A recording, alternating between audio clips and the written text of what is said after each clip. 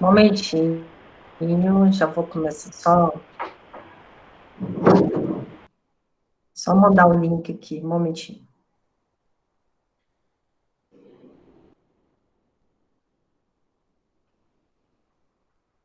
Bem, boa noite a todos. Primeiramente, a gente agradece a Deus pela oportunidade da vida, agradecemos a fraternidade por mais essa oportunidade a nós oferecida, para a gente contribuir com o estudo desta noite, e contamos com a colaboração de todos. É importante a colaboração, que fica mais gostoso o estudo, fica participativo, e a gente consegue captar um pouquinho o pensamento de todos os participantes aqui na noite de hoje. Eu vou colocar aqui no primeiro slide. Tá todo mundo vendo, Rodrigo? Tá tranquilo aí? Tranquilo. Ótimo, obrigada, Graça. O tema escolhido para a gente refletir na noite de hoje refere-se à instrução e educação. E a gente vai basear todo esse estudo no capítulo 12 do livro do Vinícius, O Mestre na Educação, que é o título desse capítulo da noite de hoje. E aí, nós vamos começar o estudo mostrando um pouquinho os cenários do mundo atual. O que está ocorrendo, o que a gente tem vivenciado, o que a humanidade tem lidado com alguns problemas nos nossos dias, né, atuais. E a gente observa a presença de várias guerras, de vários conflitos em vários lugares no mundo. Aqui, como exemplo, é um conflito entre Israel e palestinos, dia 13 de maio deste ano. Podemos observar algumas notícias, e várias delas, referentes à droga. As drogas, elas estão presentes no nosso dia a dia, principalmente dos nossos jovens, e a gente até comemora agora, no dia 26 de junho, o Dia Internacional no Combate ao Tráfico e ao Uso de Droga. E o lema é este: sim, é possível ser feliz sem drogas, né? Sem uma maconha, sem uma cocaína, sem o próprio tabaco. E a gente tem convivido com essas situações, principalmente da pandemia. As drogas, elas continuam permeando os lares e destruindo várias famílias, bem como a vida de várias pessoas. Além disso, vimos em muito notícias referentes à corrupção. Vimos corrupção na aquisição, por exemplo, das vacinas, vemos corrupção em vários tipos de obras, a gente vê corrupção de toda estirpe, no Brasil e alguns países do mundo. Para vocês terem uma ideia, tem um relatório do IMD, que é um relatório feito pela Suíça, que mostra, por exemplo, que no Anuário de Competitividade Mundial do Brasil, a gente caiu para o 57º lugar entre 64 países. E, além disso, no quesito gastos governamentais e educação, o nosso Brasil, gente, ficou na última posição. E aí eles mostraram no estudo que apenas os avanços da educação que são fundamentais para a alteração deste quadro. E a gente pode observar como que realmente a educação no nosso Brasil, ela é deixada de lado. Não apenas a educação, mas também a instrução. E aí observamos vários fatos mostrando aí a prostituição infantil. Isso aqui é uma foto de 31 de março deste ano, e mostra que 75% são meninas, garotas, que iniciam aí a prostituição na fase dos 13 aos 25 anos. Elas têm grande parte, né, estão ligadas a exploradores, a cafetões e cafetinas, e elas escolhem este meio como uma forma de angariar dinheiro, de ter uma vida com um pouco mais de recurso do que elas vivenciam na atualidade. Vemos também, principalmente agora na pandemia, a violência contra a mulher. 87% das mulheres que foram entrevistadas perceberam que a violência contra elas aumentou durante a pandemia. E, além disso, elas observaram, dentro dessa pesquisa, que 25%, tá, das mulheres que responderam, os conflitos estão maiores entre os pais e os filhos. E a gente tem visto vários outros exemplos também que mostram estes desvios contra o público feminino. Observamos também as bebidas alcoólicas, que estão fazendo parte do dia a dia, principalmente da juventude. Eles fizeram um estudo no Canadá, e neste estudo perceberam que durante a pandemia, o uso do álcool aumentou em 10%. Não sei quem está com o microfone ligado, se puder manter no mudo, por gentileza.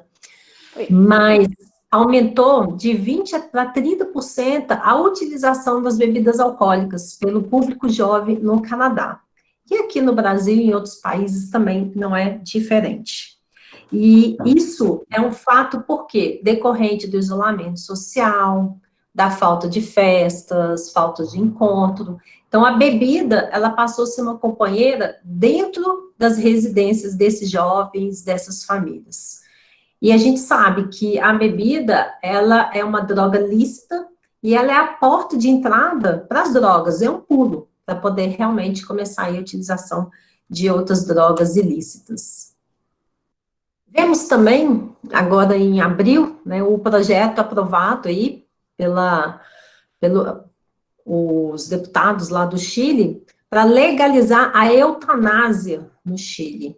Hoje no mundo, com o Chile, são 8 países que permitem a eutanásia.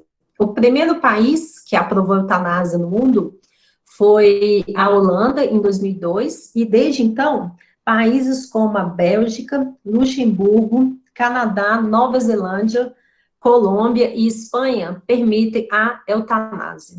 Então, permitem o quê? O extermínio da própria vida.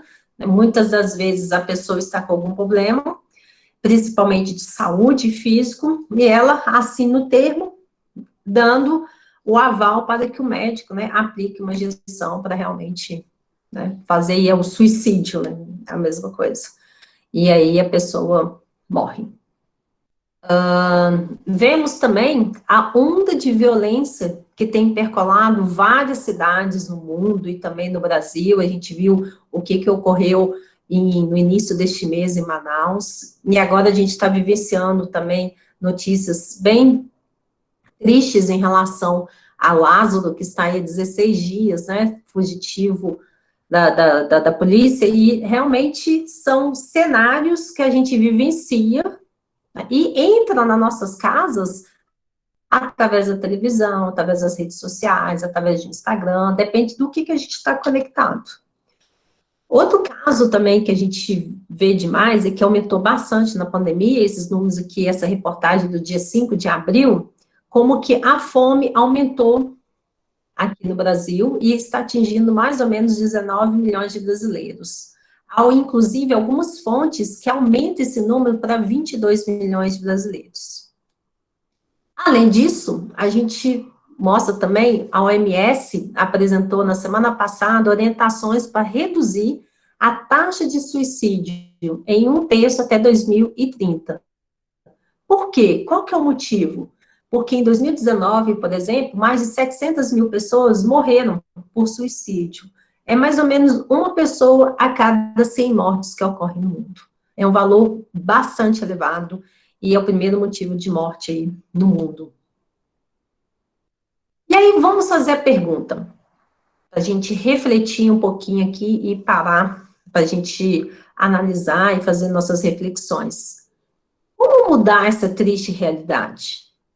Aí eu gostaria de ouvir a contribuição, né, de cada um, se puder. E o mais importante aqui é o estudo ser colaborativo. E lembrando que a gente trouxe essas notícias aqui, o foco do estudo não é as notícias em si, mas é mostrar o que nós estamos vivenciando, neste momento, no planeta azul, e como que a gente pode mudar esta realidade, como nós podemos o quê? Dar a nossa contribuição. Por quê? O mundo é a somatória de cada um de nós. O FEAG é a somatória desse time, desse grupo aqui de pessoas. Então, a mudança começa onde? Conosco. E aí eu gostaria de ouvir um pouquinho. Rodrigo, vamos começar com você, né? Porque já viu, né? Você sempre tem que ser o primeiro. A gente pode mudar essa realidade? Patrícia, a gente tem primeiro que observar se a gente, nas pequenas atitudes, a gente já faz essa colaboração, né? Porque não adianta nada a gente querer mostrar que a gente faz, que tal, mas aí nos detalhes a gente não age. Então a gente tem de começar justamente nesses pequenos hábitos que a gente tem e que muitos ainda trazem. Eu mesmo, me dá uma aflição quando, vamos supor, estou dirigindo, então a pessoa na minha frente ou de lado dentro de carro tem que joga um papel de bala na rua, que faz esse tipo de situação, me incomoda, sabe? Só que eu tenho que dar um exemplo, eu não posso fazer também. Então, assim, meu bolso às vezes fica cheio de coisa dentro do carro, sabe? Então, começa nas pequenas situações, eu acho, o início de tudo. E é o mais importante, né? Igual as nossas mudanças em termos de morais, tem de começar nas pequenas coisas. A gente não consegue mudar um carro que eu estou carregando, que eu preciso de mudar numa encarnação apenas. Eu começo Exatamente. Tudo, né? Eugênio, dá sua contribuição para a gente.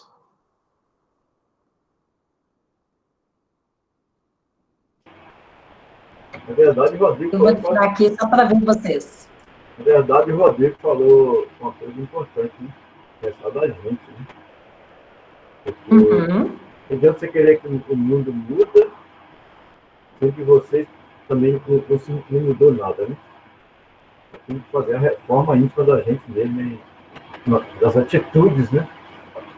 Porque se cada um de nós melhorar um pouquinho todo dia, com certeza vai ter uma grande mudança. Infelizmente, nós somos um país onde o pessoal muito não liga muito para essas coisas, né? Você vai em Curitiba, por exemplo, você já morou lá, você sabe que a atitude do pessoal é bem diferente, né? É questão cultural, né? Então, aí você já vai em outros lugares que as pessoas ficam aí. Então, vamos começar por nós, né? Porque aí... Exatamente. Se a gente começar por a gente dando exemplo, os nossos filhos, nossos netos, com certeza, né? O exemplo, como diz aquele velho ditado, o exemplo vem de dentro de casa, né? Exatamente, Eugênio. Vou até pegar, Eugênio, um pouquinho do que o senhor comentou, com o que o Rodrigo falou, em relação à limpeza da cidade de Curitiba. Dizem que mais ou menos em 1976, 1980, eles fizeram uma campanha muito forte, de tipo assim, Rodrigo, quem joga papel no chão era chamado de porquinho. Então, dizem que a própria sociedade de Curitiba na época, e principalmente os adultos de hoje, conviveram muito isso, porque quando eles viam alguém jogando papel, aí chamava assim, ah lá, mamãe, é o porquinho. Então, veja que realmente é um vigiando o outro, e é por isso que a cidade foi aprimorando nesse sentido. Então, veja que é realmente o trabalho pequenininho de cada um que contribui realmente para ter um nível maior, né, numa organização, numa cidade e realmente no mundo. Alguém gostaria de contribuir um pouco mais com a gente? Está aberto. Patrícia, você está falando da mudança, né? A mudança começa dentro de lá. Depois, a mudança vai nas escolas. E outro dia, aqui em casa, eu estava assistindo televisão, eu pensei, meu Deus, tinha que fazer mais propaganda para esse povo ser mais educado. Até a televisão deveria fazer isso, entendeu? Bom, isso aí é minha cabeça. Exatamente. Porque aí consegue a mudança, muito devagar, quase parando, porque a evolução é de cada um. Quem não aceitar não vai fazer. mas vai ver o exemplo. É assim que eu penso. Exatamente. Exatamente, o exemplo arrasta, né, Graça? E realmente, Sim. o exemplo que a gente vê na televisão, eu trouxe um pouquinho aqui, gente, o que eu trouxe aqui é o que tem passado nos noticiários nesses últimos meses. Então, não é nada, assim, aleatório, é realmente a realidade para a gente até fazer reflexão, o que nós estamos colocando dentro das nossas casas.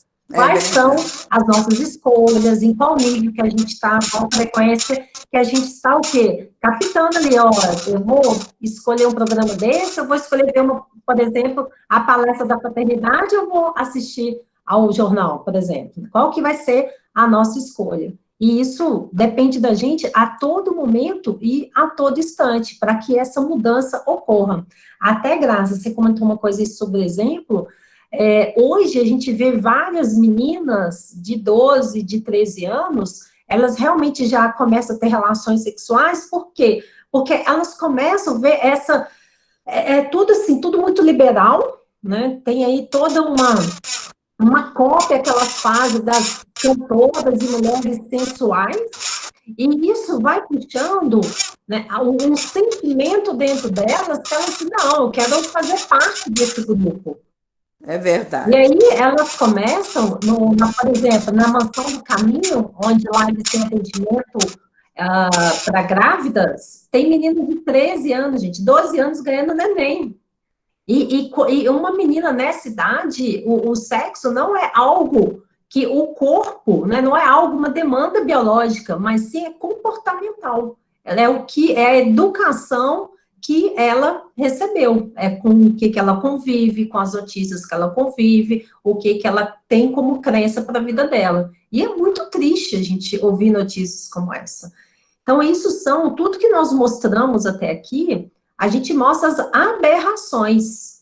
E essas aberrações, elas estão fazendo parte da nossa vida, e a gente tem que saber lidar com essas aberrações em dimensões menores. E aí, o Rodrigo deu o exemplo aí de dirigir, tem um caso que uma senhora, ela precisava levar o carro dela na oficina mecânica. E ela ficava até esperando o momento que a filhinha de 6 anos dela não a acompanhasse, mas não teve jeito. Ela acabou precisando de ir na oficina mecânica e levou a filhinha. Na hora que ela chegou na oficina mecânica, ela parou o carro dentro da oficina e ela, para poder conversar com o mecânico e ficar verificando alguma parte do motor, ela achou melhor para cuidar da filha dela, deixar a filha dentro do carro, né, para não ter nenhum perigo, tal.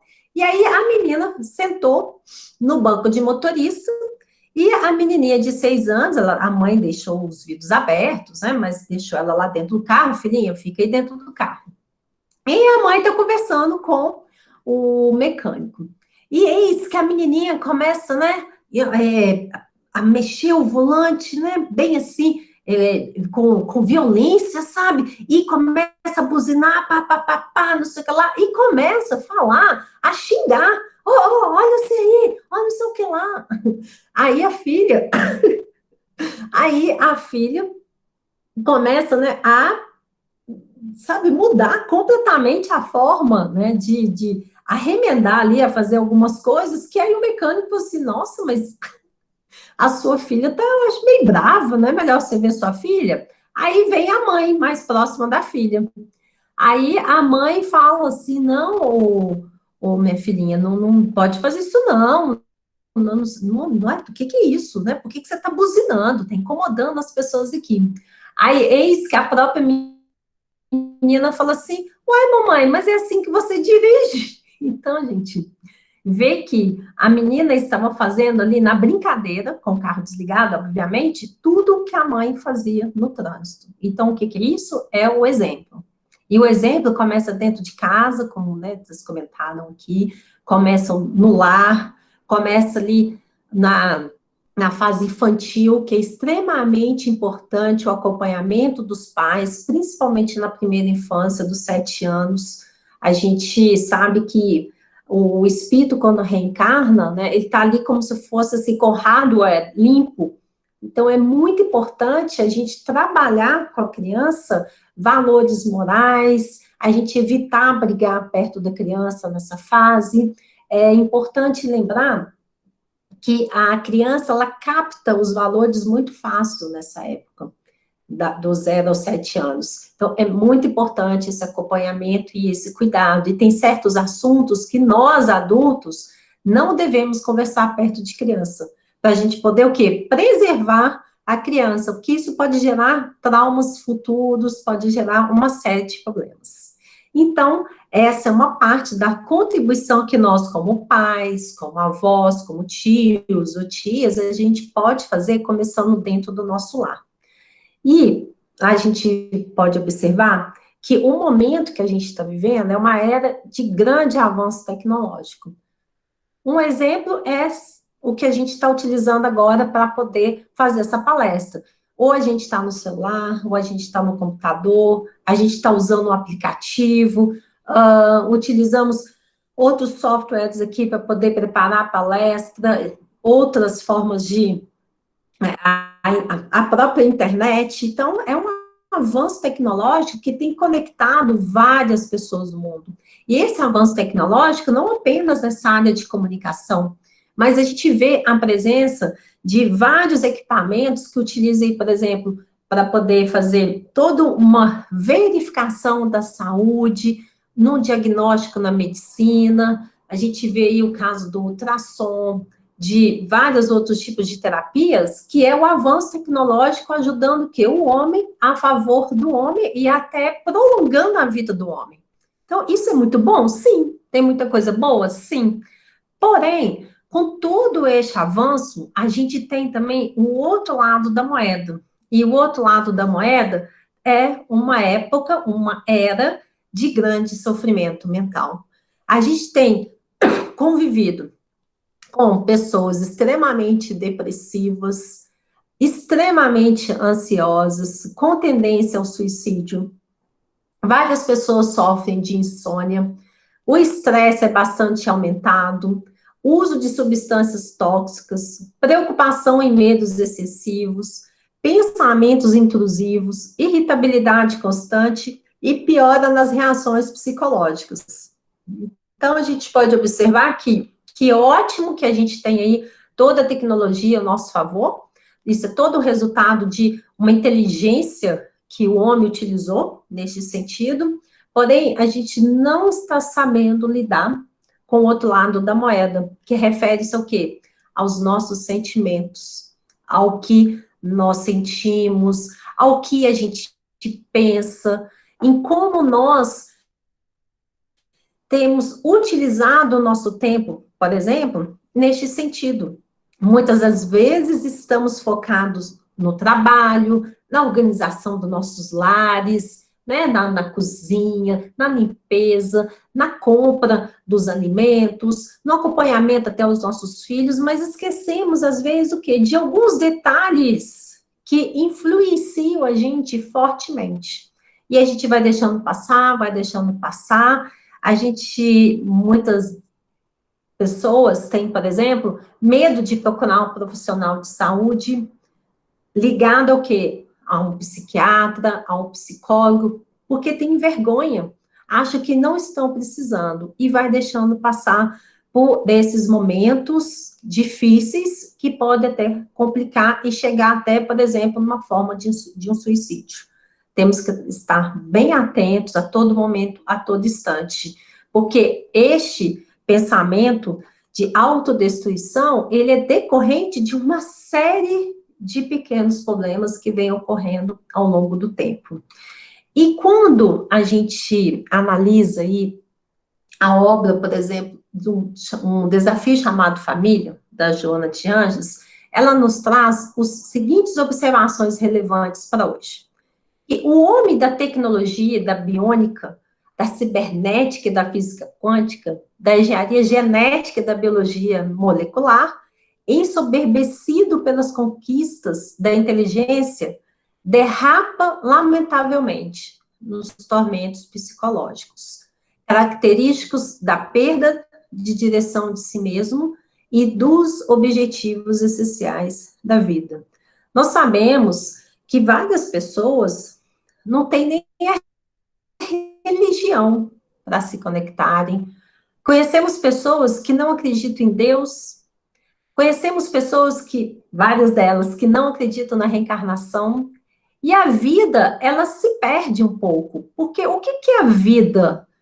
Se a pessoa não acredita em estudar, em aprimorar, porque nós que somos espíritas e acreditamos na reencarnação, sabemos que a gente vem de uma sequência de reencarnações e que tudo que nós aprendemos vai ser útil a todo momento que a gente está aprendendo coisas novas, a gente está estudando, a gente está fazendo outros tipos de trabalho que a gente aprende com os outros, isso vai sendo guardado na nossa mente, no inconsciente.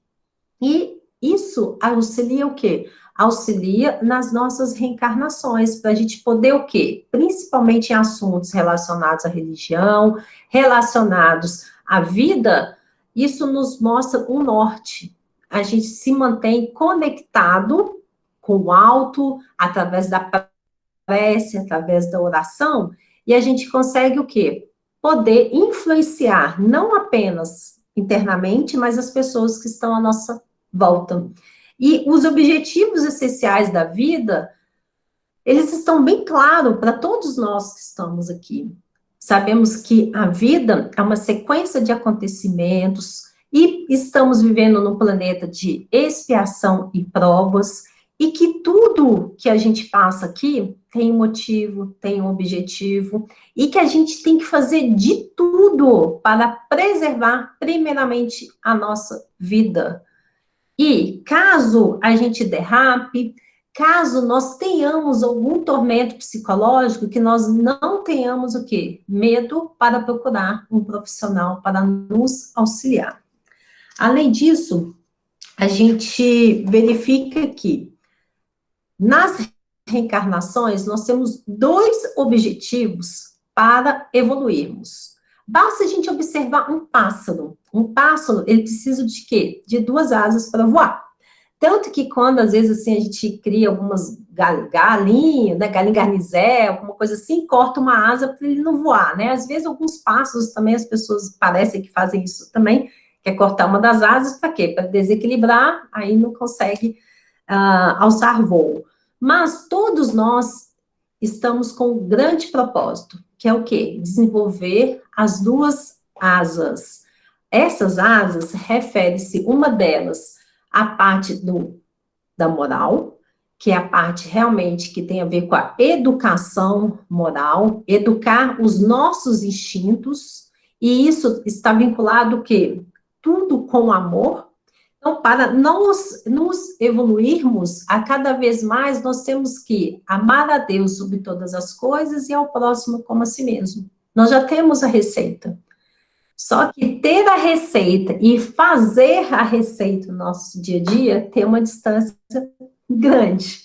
Então, nós temos que começar a colocar em prática. Por exemplo, Santo Agostinho nos deu um exemplo. Toda noite, o que ele pensava? Ele, antes de dormir, refletia como foi o meu dia, o que eu fiz de bem, o que eu posso mudar. E para a gente poder realmente pensar nas nossas ações e tentar mudar o rumo da nossa vida. E é importante a gente fazer essa reflexão para que nós possamos o quê? Acertar a direção do nosso progresso nessa vida, que é essa vida que a gente está aqui vivendo. E nós temos uma outra asa, que é a asa que refere-se o quê? A área intelectual, do conhecimento, da instrução, que tem a ver com o saber, com a sabedoria. E a gente sabe que está totalmente desvinculado uma asa da outra. Nós temos que tanto ter um desenvolvimento no sentido da instrução na área intelectual e também em relação à educação no campo moral. Isso sim é o que Divaldo, junto com a Joana de Ângeles, né, transcreve no livro como a educação integral.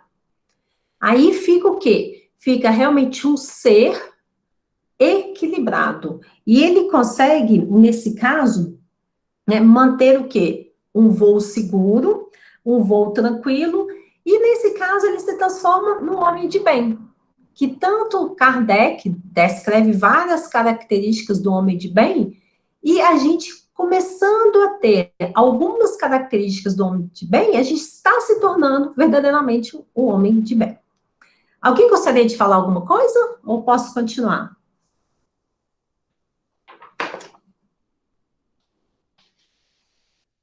Então, vou continuar. Tem uma regrinha de 3 segundos. Ninguém falou nada, a gente continua.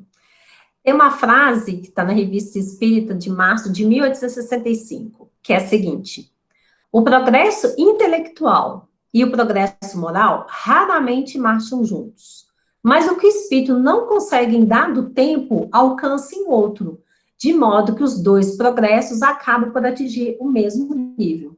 Isso aqui é muito interessante, porque tem reencarnações que nós vamos evoluir mais no lado intelectual, e outras reencarnações nós desenvolveremos mais o que? O lado moral.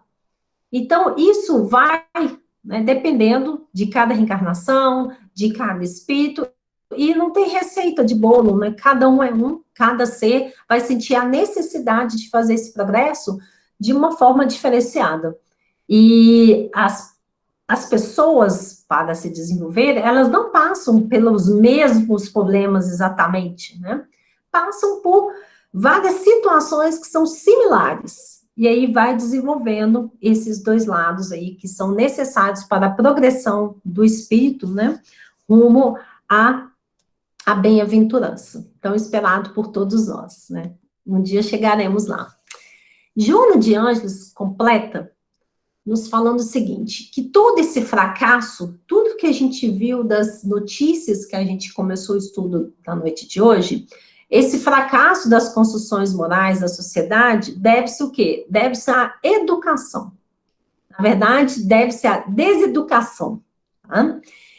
E por que isso? Porque hoje nós observamos, na maioria dos casos e das famílias, nós temos maior foco no quê?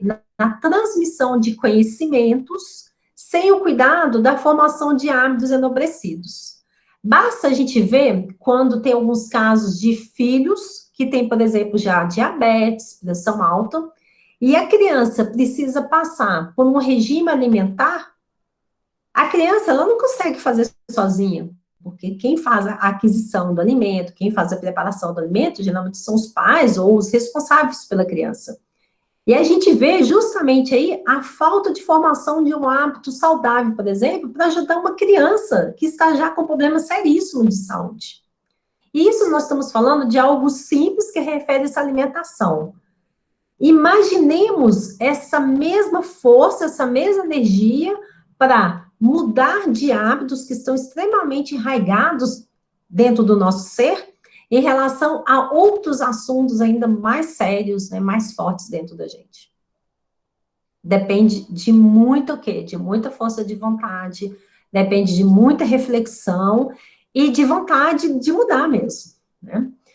Joana de Ângeles nos traz também que a gente desenvolve muito intelecto, mais do que os valores profundos do sentimento. A gente se reúne em família e temos até medo de falar dos nossos sentimentos. A gente não tem muita preparação e não temos muita abertura para falar, hoje eu estou triste, simplesmente, triste por quê? Às vezes a gente está mais triste. Nós não somos seres constantes. Nós somos seres que um dia acordamos mais alegres, outro dia a gente está mais ou menos, outro dia a gente está um pouco mais para baixo, mas não quer dizer que às vezes você está com raiva ou não de outra pessoa, simplesmente você está mais ou menos. E aí a gente tem que fazer o possível, obviamente, através da prece, da oração, pedir a proteção espiritual, para quê? Para tentar se elevar e manter a alegria de viver, que é tão necessária para todos nós, e que é tão esperado, né, que nós tenhamos essa alegria de viver. Por quê? Porque a bênção da vida, a bênção da saúde, termos um corpo físico perfeito, de termos uma saúde física, uma saúde mental e espiritual, por que não? Isso já é um grande presente de Deus para todos nós. Então, quando a gente acorda, a primeira coisa que a gente deve fazer é o quê? Agradecer a Deus por essa oportunidade.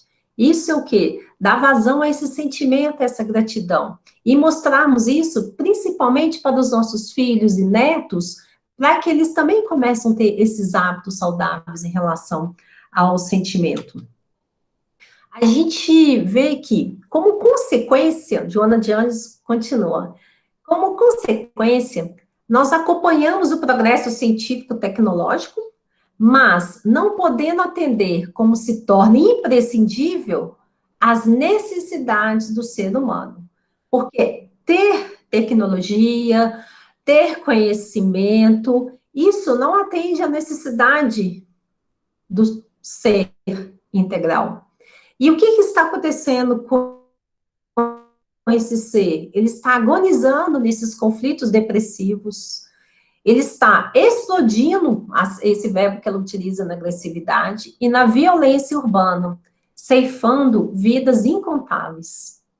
E tudo que está descrito aqui, Joana vem relatar que todos os acontecimentos que a gente mostrou no início, resume isso daqui. São esses conflitos depressivos, as agressividades que estão ocorrendo nos lares, a violência urbana, mas, como a Graça comentou aqui, o Rodrigo e o seu Eugênio, os conflitos e a violência da cidade, eles começam onde? No lar. Este é o exemplo que as garotas, que as crianças têm convivido. E essa violência no lar, ela é levada para qualquer lugar onde que este ser se encontra. E aquilo é normal para ele. Há um caso muito interessante, Divaldo, ele estava fazendo uma palestra no Rio de Janeiro, e ele estava ficando num apartamento, e esse apartamento, ele era de um casal conhecido do Divaldo, que morava em outro prédio próximo, uns 10 minutos próximo desse que ele estava ficando. E aí Divaldo saiu de uma fraternidade lá à noite, no Rio de Janeiro, a pé, e se dirigiu para o apartamento. Eis que ele andando na rua, vem um cara e pega ele para tentar assaltar. E aí, Divaldo assim, nossa, pronto, vou morrer. E o Divaldo contando, né, muito engraçado ele contando essa história. E aí, o rapaz queria de toda forma, você só tem que me dar dinheiro, você tem que me dar dinheiro, tem que me dar o relógio. Aí, olha só que interessante. Como houve um estudo na fraternidade, Divaldo, ele acabou tirando o relógio na fraternidade e tinha esquecido na fraternidade. E aí, quando ele viu, nossa, não tem relógio. Tá. Aí Divaldo pensou assim, meu filho, mas eu não tenho nem dinheiro. Ele disse assim, mas não é possível, como assim? Você não tem nada, você tem que me dar alguma coisa. E Divaldo disse assim, mas eu não tenho nada para te dar, aqui eu não tenho nada. E aí, o rapaz, muito nervoso, porque eles ficam muito nervosos quando estão assaltando, falou assim, então eu vou ter que te matar. Porque já que você não tem nada, então eu vou te matar. E aí, Divaldo, né, eleva o pensamento a Deus, e eis que a mãezinha desse rapaz, que já havia desencarnado, aparece para Divaldo. E aí, Divaldo começa a conversar, mas... Veja, fique calmo, fique tranquilo. Que engraçado, a sua mãezinha está aqui. Ele está assim, você está ficando doido. Como assim que minha mãezinha está aqui? Sim, a sua mãe, ela nos chama, falou o nome da mãe. Ela está, inclusive, ela está mostrando aqui que ela está usando um lenço. Você presenteou sua mãe com lenço numa ocasião especial. E ela me falou que você precisa de ajuda. Nisso, quando o Divaldo começa a relatar como que a mãezinha dele está, esse menino, ele fica assim, paralisado. E aí, ele foi acalmando, até que Divaldo comenta com ele, vamos na minha casa, te darei o que comer. Não tenho nada para te doar agora, e você vai comigo lá para minha casa. E aí, o menino falou assim, mas você vai me levar para sua casa? Sim, vou. Mas você não tem medo de mim? Não, não tenho não. E aí eles foram caminhando, quando entrou no prédio tinha um porteiro, e o porteiro vendo Divaldo com um rapaz, tipo assim, Divaldo nunca tinha levado nenhuma pessoa no apartamento. E aí o porteiro perguntou, ô, seu Divaldo, está tudo bem com o senhor? O Divaldo, sim, está tudo ótimo, pode ficar tranquilo. Mas o senhor quer que acompanhe o senhor lá? Não, está tudo tranquilo. E sim, e realmente Divaldo, como ele realmente tem uma presença de espírito, uma confiança em Deus, uma fé muito grande, ele foi com o rapaz, né, e uma proteção dos espíritos, né? Ele subiu com o rapaz ao apartamento. Chegando no apartamento, Divaldo foi preparando uma comida para o rapaz, enquanto isso ele ligou para o casal dono do apartamento para que eles comparecessem no apartamento, urgente. E aí o casal, eles já estavam até deitados, dormindo, assim, nossa, Divaldo, mas você quer que vá aí agora? Sim, eu preciso que vocês venham aqui no meu apartamento agora. Aí, Divaldo deu o que comer para este rapaz, e com pouco tempo de conversa com esse rapaz, o casal chega. E aí, Divaldo contou tudo o que aconteceu, aí Divaldo vira para o senhor dono do apartamento, que tinha uma empresa também no Rio de Janeiro, e falou assim, olha, eu preciso que você dê um emprego a ele. Aí perguntou para o rapazinho, o que, que você sabe fazer para você poder trabalhar? Ele disse assim, olha, na verdade eu nunca fiz nada da vida não, mas assim, uma coisa que eu sei fazer é dirigir. Assim, então beleza, então você será o motorista da minha mulher.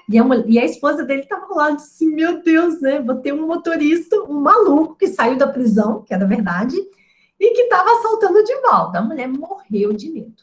Mas aí Divaldo disse, não, fica tranquila, vai dar tudo certo. E eis que ele realmente, ele começou a trabalhar com essa família, ele fazia todo o serviço de entrega, acompanhava a esposa desse senhor, levava ela nos lugares, e toda vez que o Divaldo ia para o Rio de Janeiro, ele ia ao aeroporto, buscava o Divaldo, ficava o tempo todo com o Divaldo.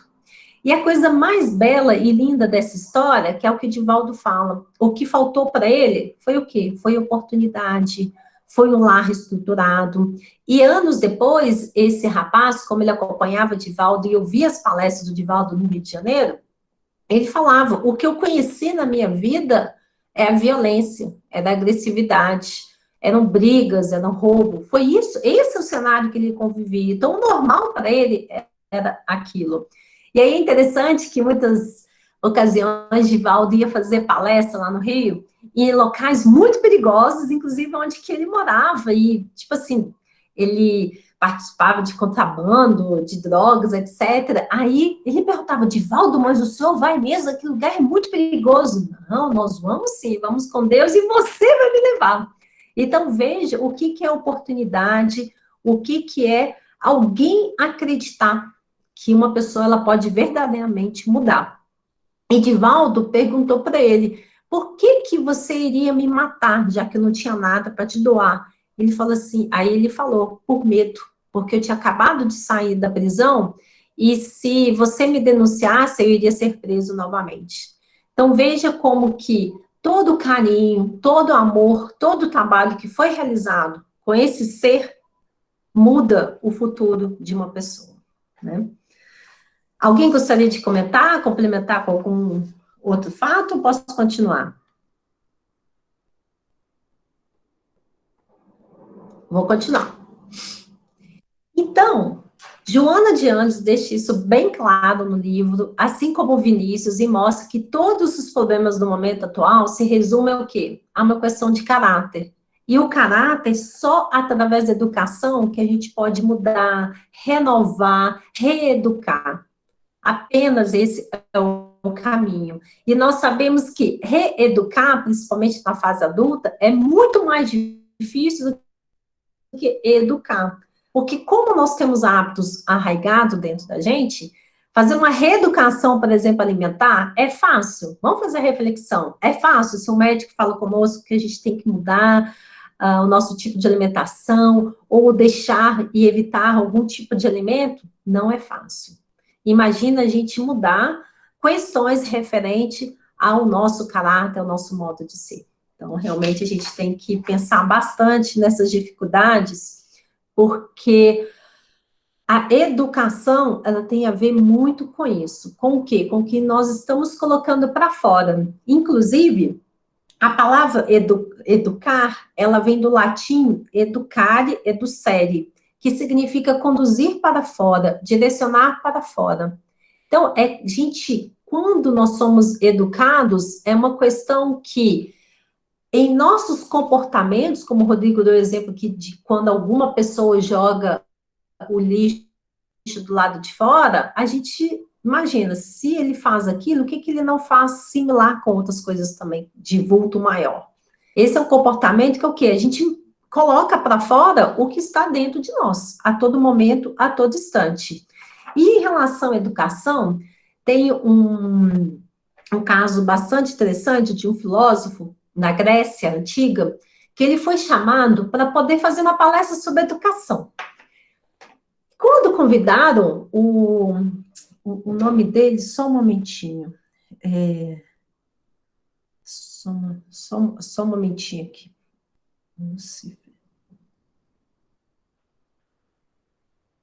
Nossa, vocês me desculpam, mas eu esqueci o nome do filósofo, mas eu falo com vocês depois, na hora que acabar a palestra, que eu consulto o meu material.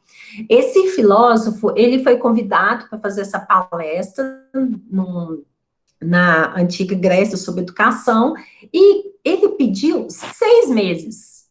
Imagine que, na situação, as pessoas ficaram extremamente sem entender por que ele, que era a pessoa, o filósofo mais educado que tinha na Grécia, pedir 6 meses para se preparar para uma palestra. E eles queriam como se a palestra fosse assim, na semana que vem. Ele disse, não, preciso de 6 meses. Eis que passou 6 meses e chegou o dia da palestra. E chegou o filósofo, e o filósofo ele estava com mais 2 ajudantes. Cada ajudante estava com uma lebre e um cão na mão. E dentro lá da tribuna tinha uma área, tá? Esses rapazes que acompanhavam o filósofo preparou a área e ele deu sinal para o primeiro rapaz, tá? Que soltou a lebre dentro desta área. E a lebre começou a correr lá dentro daquele espaço e todos as pessoas ali presenciando aquele momento, né? E viu a lebre lá andando para lá e para cá, e ele dá o sinal para que ele solte o cachorro. Gente, o cachorro saiu correndo atrás da lebre, matou a lebre, saiu aquele sangue, aquela confusão, foi tipo assim, as pessoas tampavam o olho, as pessoas que eram mais sensíveis e que não conseguiam ver aquela situação, e ficou todo mundo assim, nossa, mas, tipo assim, ele precisou de 6 meses para fazer isso? As pessoas ficaram sem entender. Aí ele pediu que todos saíssem da tribuna, depois dessa catástrofe, tá? Pegou lá o rapaz, ajudante dele, limpou a área, assim, quero agora que vocês preparem para mim novamente a tribuna. Então, preparou tudo, e ele deu o sinal, tá? Para as pessoas voltarem, preparou o segundo rapaz, que estava também com uma lebre e um cão. E ele deu sinal para que ele liberasse a lebre. E a lebre começou a sair saltitante lá pela área. E todo mundo já estava assim, né? Esse cara é maluco, porque ele vai soltar o cão e vai acontecer a mesma coisa que eles tinham visto com o primeiro cão e a primeira lebre. E ele dá o sinal para que o rapaz soltasse o segundo cão. E eis que o segundo cão foi lá, correu atrás da lebre, deu uma patada na lebre, aí a lebre meio que caiu, levantou, começou a brincar com o cão, e os dois ficaram ali brincando, super tranquilo. E aí, conclusão da história. A diferença entre a primeira lebre e o primeiro cão, para a segunda lebre e o segundo cão, é que os segundos, cão e lebre, foram educados. E ele comenta, a palestra está encerrada. E essa é uma mensagem para a gente guardar conosco, porque realmente a educação que tem o poder de mudar o nosso universo, de mudar, e quando eu falo universo, eu estou pensando aqui no nosso, primeiramente, nosso universo interior. Porque através da educação, que é o colocar para fora, se a gente está mudando o nosso caráter, o nosso universo interior, nas nossas ações, isso vai se refletir. E a gente vai conseguir colocar para a sociedade, para as nossas relações, todo o bem que a gente tem. Todo o bem que a gente procura ser. E a gente deseja ser. Porque todos nós almejamos o quê? Sermos homens de bem. Podemos continuar? Alguém quer contribuir? Acho que eu estou falando muito. Seria Licurgo, Douglas?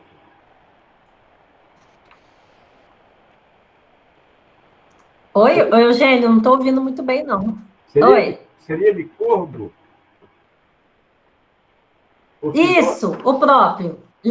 Exatamente. Licorno, né? Obrigada, viu? Que eu realmente esqueci de escrever aqui. E a gente vê a mensagem de Allan Kardec, que ele nos traz o seguinte: é pela educação, mais do que pela instrução, que se transformará a humanidade. E é interessante que tem esse desenzinho, né, que a professora fala, escreva na lousa a palavra ética. Professora, roubaram o giz. Então, assim, é só um exemplo que engraçado para a gente ver o que vem acontecendo durante os nossos momentos, o que infelizmente ocorre, né, isso. A falta de educação leva, obviamente, a esses momentos aí trágicos que a gente está passando na vida. E nós precisamos, a todo instante, entender, né, instrução e educação. Nossa, instrução é igual a educação? Como que é? Qual que é a diferença? E a gente tem a diferença. E a gente pode observar que, além disso, nós temos várias crenças. E essas crenças, exemplo, que uma pessoa que tem alto nível de instrução, ou seja, uma pessoa que é formada, ela é uma pessoa educada. Isso é falso, gente, isso é uma crença. E a gente tem também uma outra crença que alguém de baixo nível de escolaridade, por exemplo, é sem educação. Isso também é uma crença, porque não tem nada a ver uma coisa com outra. Você ser formado ou não, ter diploma ou não, isso não altera o quê? O caráter, a ética, o comportamento. E a gente pode verificar a importância e a relevância de entendermos a diferença da educação e da instrução, como a gente pode observar nesse slide. A educação, ela começa no lar. Ela começa a ser desenvolvida, principalmente o bebê, né, gente? A ligação com a mãe é muito forte, então, primeiramente, ela começa a ter os primeiros contatos de educação já com a mãe, depois, obviamente, com a família toda, e com todas as pessoas que convivem com ela. E essa aprendizagem, ela está ali, ocorrendo a todo momento, a todo instante, então, o lar, ele educa. Os pais que educam. Essa é a aprendizagem da vida, é o cenário que nós estamos propondo para os nossos filhos, netos, e este cenário vai propiciar o quê? O desenvolvimento dos poderes do espírito, a forma de consolidar o caráter, os valores morais da vida, e a gente pode observar, como a gente comentou, a importância dessa educação, principalmente até 7 anos. E a gente tem observado que muitos pais, eles têm não dada a tamanha preocupação e relevância para esse assunto. E está ocorrendo uma distância, um distanciamento muito grande entre pais e filhos. E isso a gente tem que procurar ajudar as pessoas que estão à nossa volta para mudar esse cenário. Porque essa educação pode mudar a vida da família e desse espírito que teve a oportunidade da reencarnação atual, para quê? Para tentar se reeducar. E na outra vertente, nós temos a instrução. A instrução é aquela que a gente aprende na escola. É a aprendizagem da ciência, é o conhecimento, a gente vai adquirir uma série de informações sobre ciência, física, biologia, matemática. Isso o quê? Isso é instrução. E o que ocorre é que vários pais acham que a escola vai educar. Não. O papel da escola é instruir. Obviamente que a criança, o adolescente, ele vai ser educado pelo quê? Pelo comportamento dos professores, comportamento dos educadores, pela forma de pensar e de agir dos seus coleguinhas. Obviamente que isso também influencia, mas os responsáveis pela educação são os pais. E a gente deve observar que essa distância entre os pais e filhos, principalmente na adolescência, tem dificultado bastante a formação dos indivíduos. Por isso que a gente está convivendo com uma geração, às vezes, muito rebelde. É uma geração sem, como eu falo assim, sem equilíbrio, e a gente pode verificar que, além disso, os adolescentes têm aquela sensação assim, eu sou dono da minha vida, eu vou fazer o que eu quero, e nós pais temos que frear. A gente pode usar um comportamento, o seguinte, enquanto os filhos estiverem morando na nossa casa, nos nossos lares, filho, enquanto você estiver aqui, você vai seguir a religião pela qual eu estou seguindo. Que seja doutrina espírita, que seja catolicismo, que seja qualquer outra religião, mas é importante os pais se imporem. Por quê? Esse fato, né, de colocar o filho ali junto com a família, participando desse momento de reflexão, isso ajuda muito o quê? A disciplinar o espírito indiretamente, a disciplinar os instintos também. E aí a gente pode fazer um acordo seguinte, olha, enquanto você mora aqui, você vai seguir as regras da família. Além disso, no caso nosso, espíritas, vai ser realizado o culto no lar e conto com a sua presença. E a gente pode até passar uns para-casas para o filho, olha, você é muito inteligente, você vai me ajudar nessa reflexão da noite. E aí você vai poder contribuir e agregar nesse estudo. E isso é muito importante, a gente fazer isso como pais. E aí, já ouvi pais falando assim, mas eu não, ele escolhe a religião dele, não. Nós não vamos deixar os nossos filhos, por exemplo, pegar uma AIDS, pegar uma outra doença, ou mesmo pegar Covid, por falta de instrução ou educação. Não, o papel nosso é justamente o quê? Prevenir, porque nós somos responsáveis. E como responsáveis, a gente tem que mostrar o quê? O direcionamento. E isso, obviamente, tudo com amor. E é importante fazer isso enquanto é tempo, enquanto tem os seus 7 anos, 10, 14, para a gente poder o quê? Esperar que eles tornem o quê? Homens de bem. Tem um texto até interessante da polícia de Houston, de Texas, que falou o seguinte, quais são as 9 maneiras fáceis de lidar, de criar um delinquente? E aí eles falam o seguinte, olha só que interessante, gente, 9 maneiras.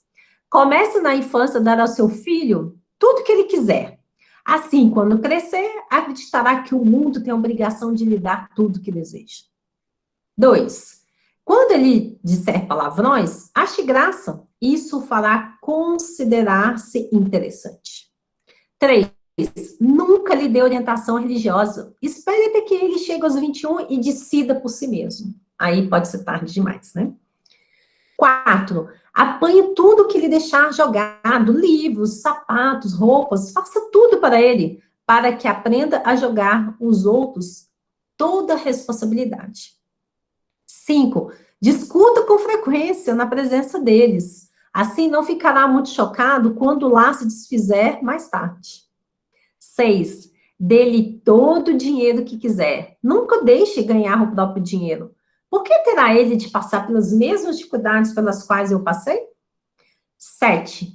Satisfaça todos os seus desejos de comida, bebida e conforto. Negar pode acarretar realmente frustrações prejudiciais. Tome o partido dele contra vizinhos e policiais. Todos têm uma má vontade para com seu filho, né? Os outros que é o problema, né? E o último, quando se meter em alguma encrenca séria, dê essa desculpa, nunca consegui dominá-lo. Então, veja que aqui é bem importante como a participação dos pais é relevante para o quê? Para a educação dos nossos filhos. Senão, nós vamos conviver com isso daqui, ó. O aluno de 1969, cujos pais perguntavam para o seu filho Que notas são essas? Hoje, o que a gente percebe, quem é professor, educador, os pais vão com o filho e perguntam para a professora, educadora, que notas são essas? Esse é o comportamento que a gente tem visto hoje, e devemos lembrar que o intelectualismo não supre o cultivo dos sentimentos. Não basta ter coração, é preciso ter bom coração. E vamos rogar a Deus para que a gente tenha bom coração, que a gente tenha que aproveitar todas as oportunidades para a gente desenvolver homens de bem nos nossos filhos, nossas crianças, netos, né, e todos que estão aí à nossa volta. Então, o estudo dessa noite, ele finda aqui, e espero que a gente tenha muito sucesso como educadores de alma que somos.